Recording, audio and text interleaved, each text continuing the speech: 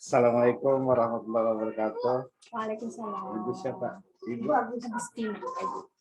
Ibu Agustina, sehubungan penelitian kami tentang penerapan untuk pembelajaran higher thinking skill yang digunakan oleh guru kelas dalam rangka pelaksanaan pembelajaran agar mempermudah tercapainya tujuan pembelajaran itu, sehingga anak mendapatkan 3 kemampuan, yaitu kemampuan pengetahuan, kemudian keterampilan, dan perilaku yang baik. Oleh karenanya kita perlu melakukan perubahan, perbaikan selalu secara terus-menerus dalam rangka memperbaiki daripada proses pembelajaran untuk mencapai dan memudahkan dan memastikan bahwa tujuan pembelajaran itu dapat tercapai. Jadi Ibu Agustina, kita mohon untuk bantuannya memberikan informasi terhadap pelaksanaan penelitian ini. Jadi selama ini kan kita mengenal bahwa pembelajaran higher order thinking atau SHOT ini digunakan dalam rangka pelaksanaan kurikulum 2013 dan sesuai dengan pembelajaran saintifik. Oleh karenanya maka kita dan seluruh guru itu harus segera mendukung dan melaksanakannya demi tadi tercapainya tujuan pembelajaran. Baik Ibu, pertama mungkin Ibu dapat jelaskan tentang apa saja yang Ibu ketahui tentang pembelajaran menggunakan pendekatan HOT, yaitu higher order thinking skill, yang dilaksanakan atau diterapkan mulai pada pelaksanaan atau pembuatan RPT-nya dan pelaksanaan pembelajaran di kelas sampai pada penilaian. Mungkin Ibu dapat jelaskan, saya ulang lagi, apa yang Ibu ketahui tentang pembelajaran higher order thinking skill tersebut. Boleh Ibu? Sebelumnya terima kasih Bapak untuk kesempatannya dapat berpartisipasi lagi. Oh ini.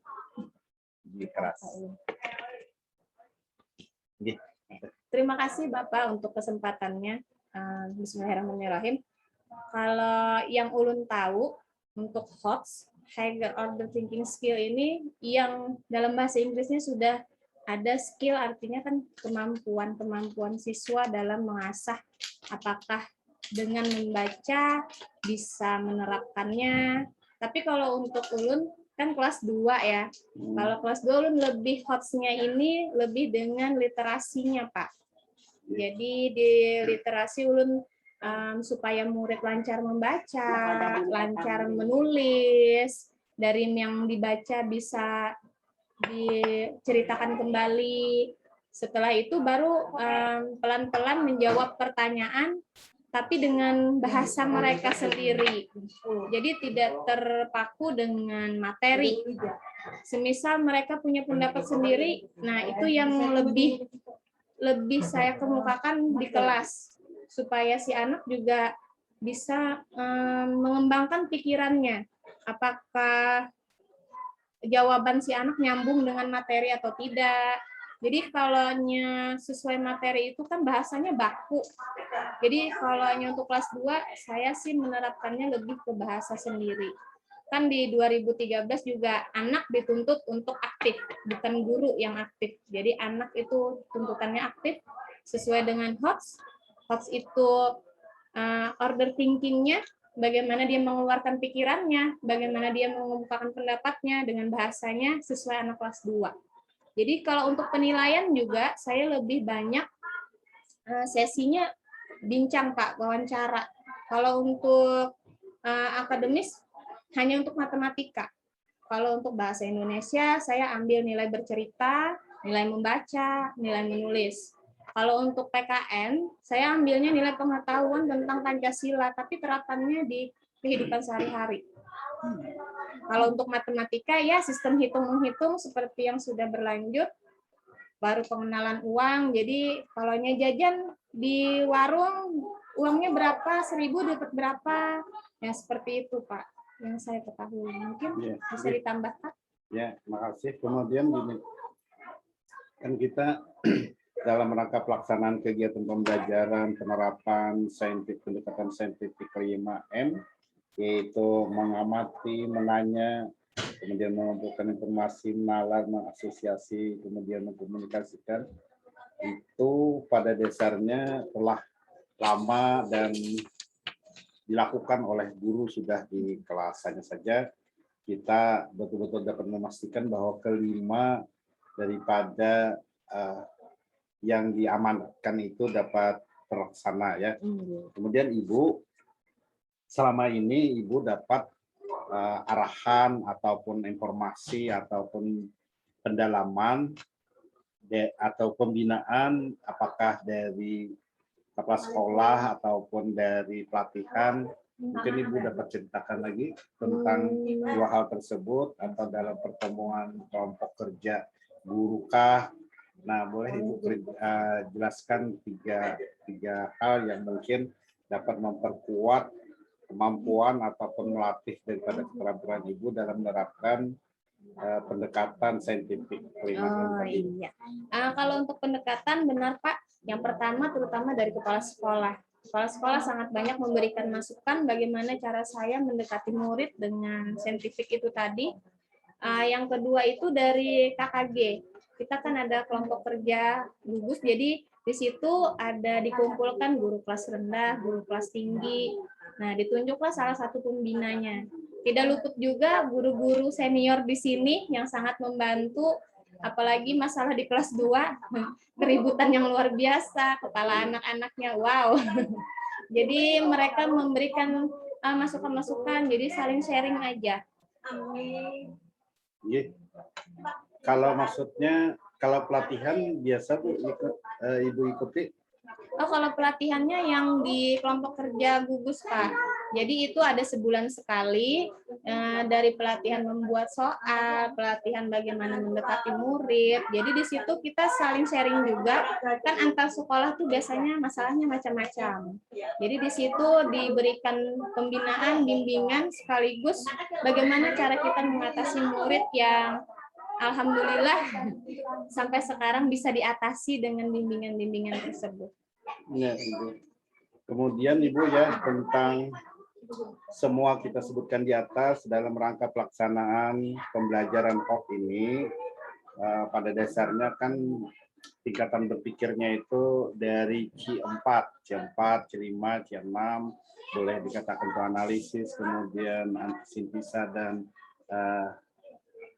produk daripada akhir, katakan saja seperti itu. Kemudian pada tahap perencanaan kita tuangkan dalam katakan rencana pembelajaran atau RPP.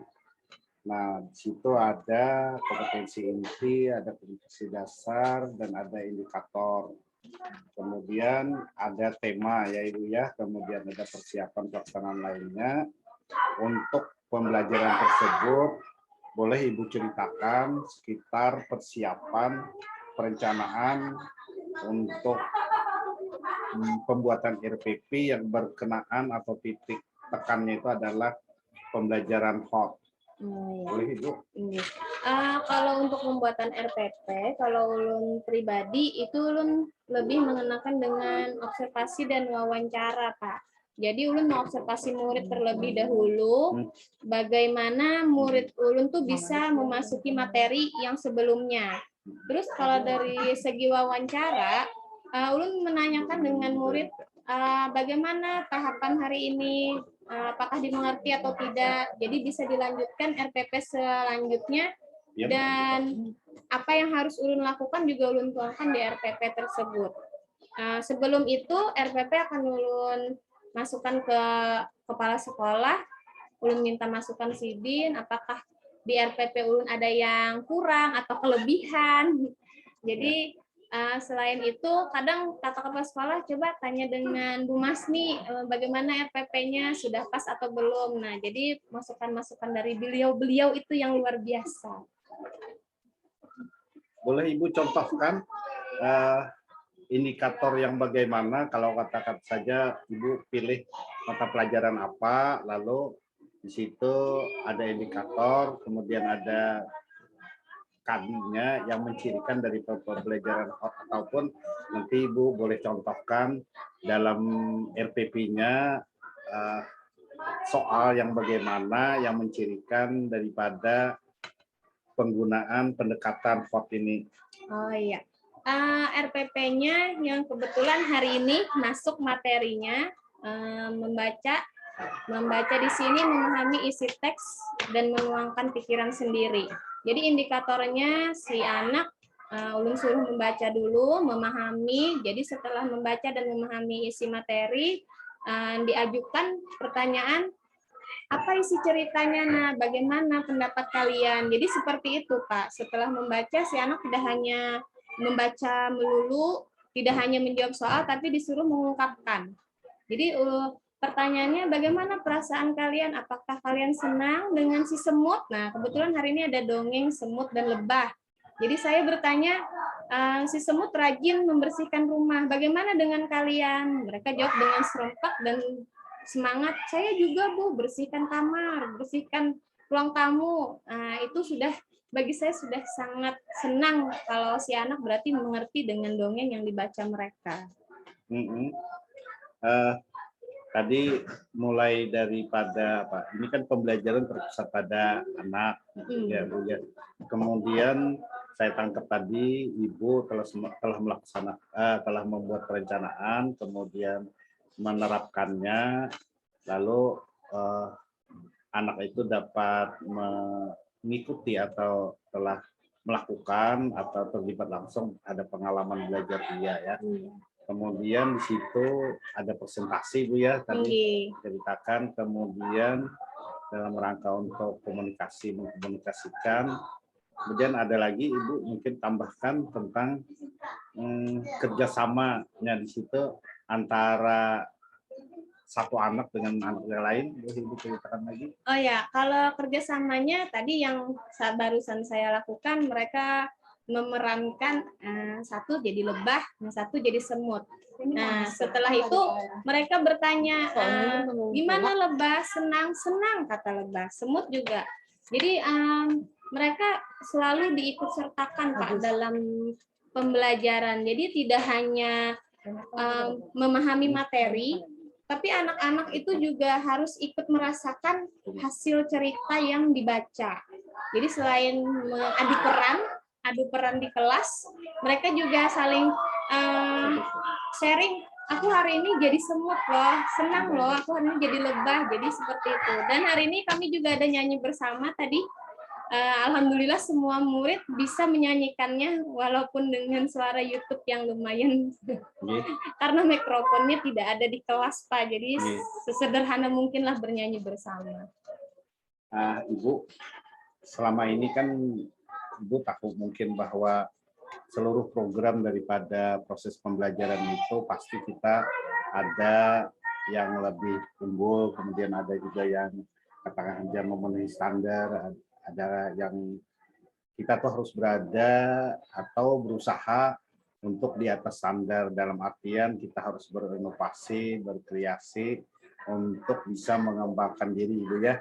Nah kemudian dalam perjalanannya apakah Ibu atau boleh Ibu ceritakan tentang kendala yang dihadapi dalam pelaksanaan pembelajaran yang menggunakan pendekatan higher order thinking ini, skill ini, dalam rangka mungkin di situ ada waktu, kemudian ada sarana prasarana atau katakan saja sumber belajar ataupun media yang katakan saja belum cukup atau belum memenuhi standar. Sepengetahuan Ibu tentang kendala yang dihadapi Ibu yang selama ini apa saja Ibu yang dapat Ibu ceritakan, boleh? Oh iya, kalau dari media belajar memang Pak sangat minim. Kenapa Ulun bilang sangat minim? Si anak hanya bisa mendengarkan YouTube dari handphone Ulun. Nah, jadi seandainya ada speaker di kelas, jadi kan yang di belakang tuh juga fokus. Nah, hari ini tadi Ulun harus 3 kali mengulang untuk memfokuskan pikiran mereka ke suara karaoke di YouTube. Jadi, Ibu mana gambarnya? Sabar nak ya, ini LCD-nya kita nggak ada. Ada untuk kelas tinggi, kita kelas rendah dengerin aja musiknya, kita nyanyi bareng-bareng. Jadi menyemangati mereka supaya fokus dengan musik itu yang lumayan sulit Pak, karena suara terbatas dari volume handphonenya. Kalau dulu sempat dikasih mikrofon sama satu speaker, tapi berhubung ada juga yang pakai di kelas tinggi, jadi ya apa boleh buatlah untuk kelas rendah, diusahakan suara ulun yang lebih keras dari suara HP. Tapi kalau media belajar, alhamdulillah buku lengkap. Anak-anak juga kalau untuk segi perhatian 3 kali diulang sudah bisa mengikuti. Jadi ulun rasa cuma dari segi yang terbatas tuh speaker lah kalau di kelas ulun tuh. Kalau waktu Pak Bu?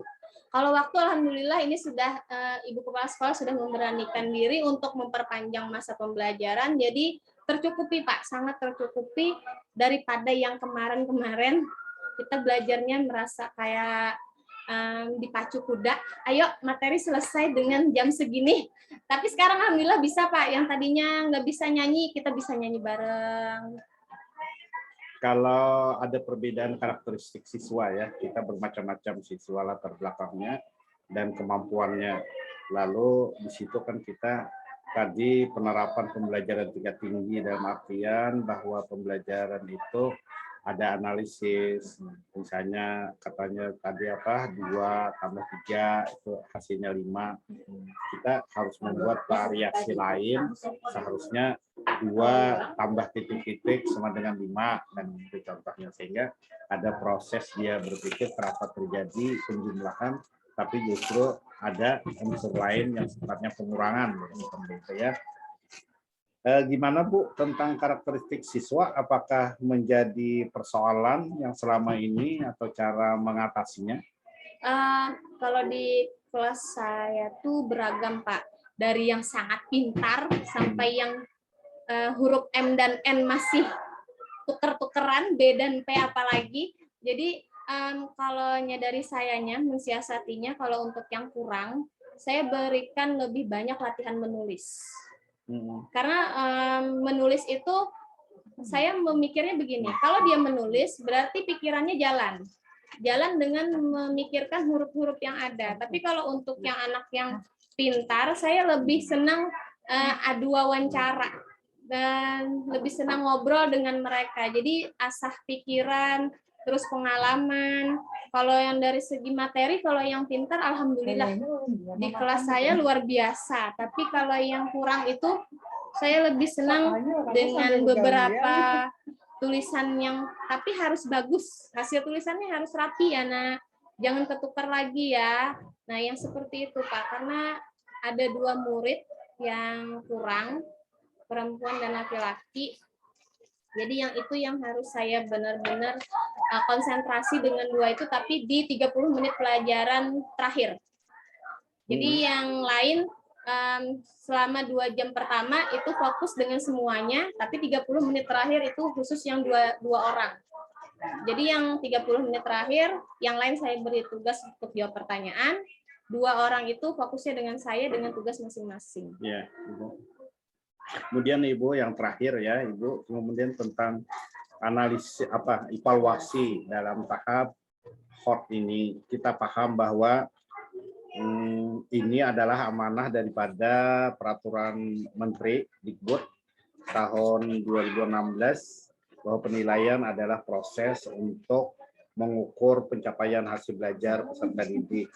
Kemudian proses penilaian ini harus dilakukan oleh sekolah, kemudian ada juga pihak eksternal. Tujuannya adalah memantau daripada perkembangan hasil belajar. Kemudian Ibu mungkin pasti juga dibebankan atau diharapkan melaksanakan penilaian untuk mengukur kompetensi lulusan dalam rangka pencapaian kompetensi lulusan tersebut, baik secara lokal ataupun nasional. Ibu bisa ceritakan tentang evaluasi agar dapat dipastikan pelaksanaan HOT ini dapat mengukur dan ada refleksi agar ada perbaikan untuk pelaksanaan pembelajaran berikutnya. Boleh Ibu? Kalau evaluasi, Ulun ada 3 yang melakukan.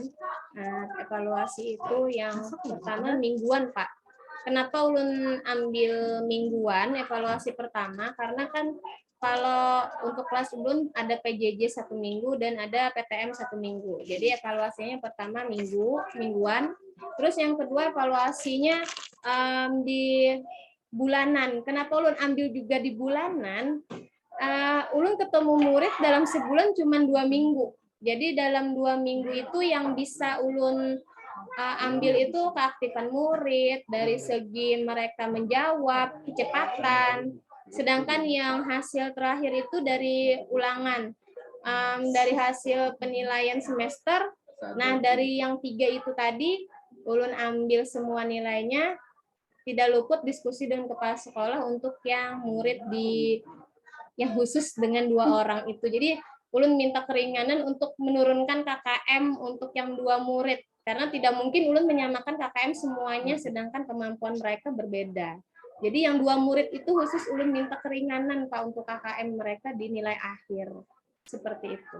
Ya, baik Ibu, tadi ada, saya tangkap itu ada mingguan, ada bulanan, kemudian yang terakhir itu mungkin semester lah. Iya, okay. Nah, bulanan itu apa artinya Bu? Formatif lah, kemudian yang bulanan itu mungkin formatif juga Ibu ya. Okay. Nah, dalam rangka kalau seminggu itu habis satu pokok bahasan atau satu tema. Okay. Kemudian kalau bulanan itu satu tema selesai. Oh iya. Kemudian kalau mingguan? Kalau yang mingguan itu Ulun lebih fokusnya tangkapan siswa selama tatap muka dengan Ulun, Pak. Karena kan kalau PJJ itu bisa jadi jawaban orang tuanya semua. Jadi kalau yang mingguan 1 minggu full dengan Ulun, dan catatannya orang tua nggak boleh jawab isi buku mereka.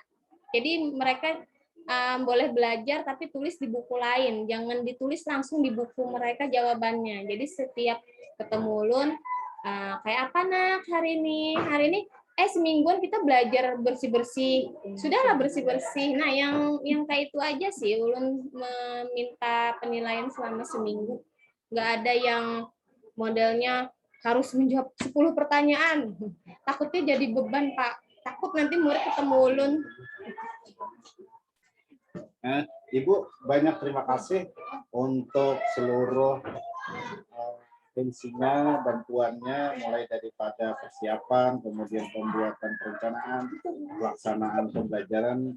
Tadi ada juga kendala dan solusinya, evaluasi daripada proses kegiatan pembelajaran di kelas. Terima kasih, mungkin sampai di sini informasinya banyak berguna untuk kegiatan ini, dan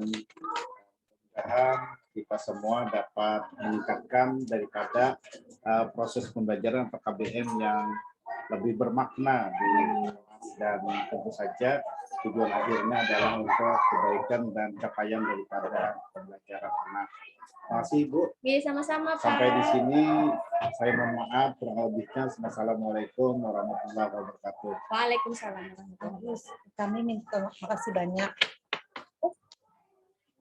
Bentar ya, Sukses ya. Amin.